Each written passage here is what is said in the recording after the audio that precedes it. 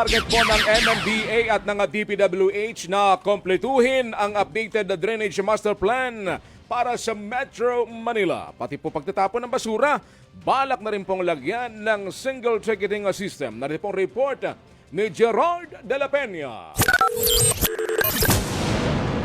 Baha at traffic ang dinanas ng maraming commuter at motorista sa Metro Manila kahapon matapos bumuhos ang napakalakas na ulan. Kaya marami rin dismayado si MMDA.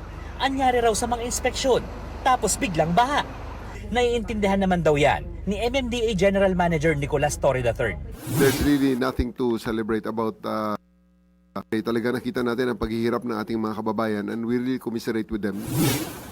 Kaya ngayon, pinag-iisipan na nila na mag-livestream ng kanilang flood monitoring tuwing may baha. Nang sa gayon, alam ng mga commuter at motorista kung saan ang traffic at kung aling mga bahang lugar ang dapat iwasan. Posible rin daw itong gamitan ng high-tech cameras para mas real-time ang pagmamatsyag.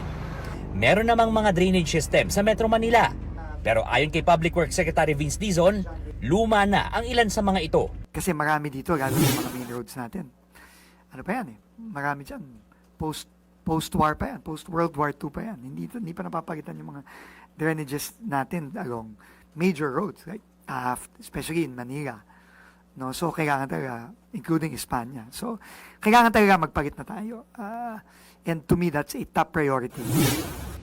Hindi raw overnight ang pag-aayos sa problema ng baha at naiintindihan din ni Dizon ang gigil ng publiko sa DPWH dahil sa mga palpak at questionable flood control projects.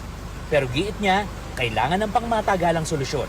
Walang overnight solution, pero nakikita natin pagka maayos ang pagkagawa, nakikita natin may epektong maganda. So, yun lang, tuloy-tuloy lang tayo. Habang nandito ang Pangulo, tatrabaho lang kami lahat. Target ng MMDA at DPWH na makumpleto sa susunod na taon ang updated drainage master plan para sa Metro Manila. May feasibility studies na rin kasama ang isang Dutch company para sa pagpapagawa ng imbakan ng tubig sa mga government facilities gaya sa Camp Aguinaldo at Rizal Memorial Sports Complex. Pero hindi lang drainage ang tinitingnang problema, kundi pati basura rin. Binabalak ng mga alkalde ng Metro Manila na magkaroon ng single ticketing system laban sa pagkakalat at illegal dumping. Walang boundary ang basura. Kapag bumara sa atin ang mga daluyan ng tubig at nagkaroon ng pagbaha, hindi natin ito tinatanong kung saang lungsod o LGU nagsimula ang problema. Magkakaroon daw ng technical working group para pag-aralan ng sistema na katulad ng ginawa sa single ticketing system para sa traffic violations. At ayon kay San Juan Mayor Francis Zamora, hindi lang 5,000 pesos na multa ang solusyon. Dapat may disiplina rin. It really must be a holistic approach. It really must entail discipline. Yung mindset ng tao na ako ay disiplinado, ako ay magtatapon ng basura sa basurahan at hindi sa ilog.